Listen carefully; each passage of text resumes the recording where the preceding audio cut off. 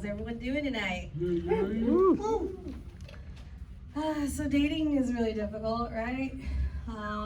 We all have our little like oddities and things that make us difficult to date. You know, some of us are clingy, some of us are jealous. And I was like, do I have any of those things? No.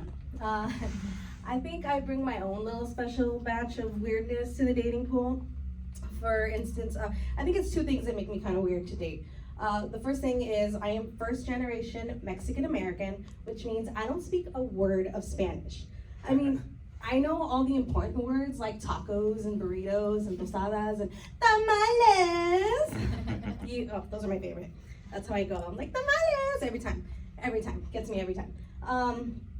But that's because Mexican food is like fucking awesome, because like, let's be real, if there were no such thing as Taco Tuesday, I'd probably collapse on the stage of malnutrition. The second thing is I grew up with 4 brothers, no sisters, which is fine. It's fine. It's very magical childhood to grow up with 4 brothers. I mean, if I wanted to watch something girly like Rainbow Bright or Sailor Moon, I was forced to watch like Spider-Man, Batman, or some man with a superpower, which is fine. I'm not bitter about it. The second thing, or not the second thing, but like if I wanted to do tea party, then the tea party would turn into like a home invasion, you know? Like a home invasion to where Barbie did not give up the secret recipe to what made her tea so awesome. I mean, her tea is awesome. Like all the other toys in the toy chest just have to drop what they're doing just to go to this tea party. If she didn't give up that recipe, then Ken was gonna get shot in the head. That's right, Barbie. You're about to watch the only man that you've ever loved die right before your eyes. Now give us the recipe. Right? Magical.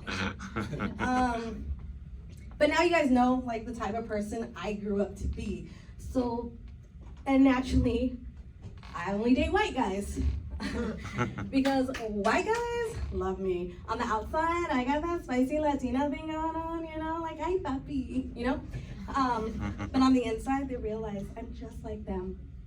Also a white dude.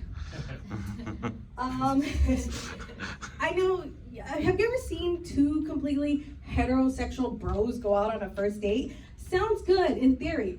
Doesn't work until they realize that one of them has a vagina. If there's anything that my child has taught me, is that vaginas ruin everything.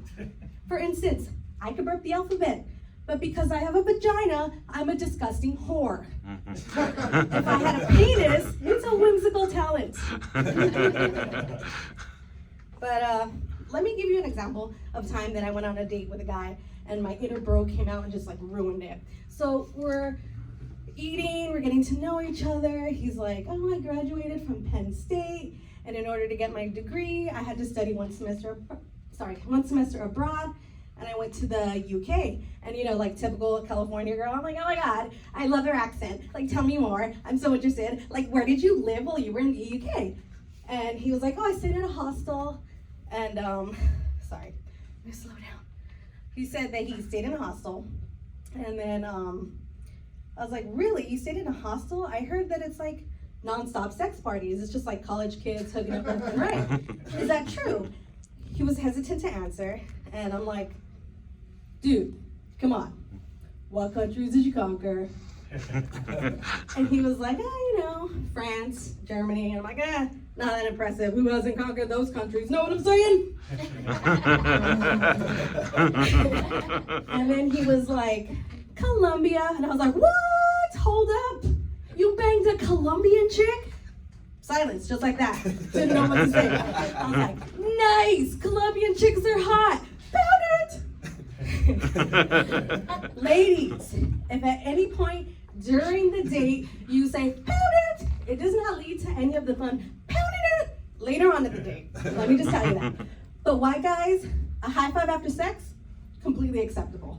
Fucking love that shit.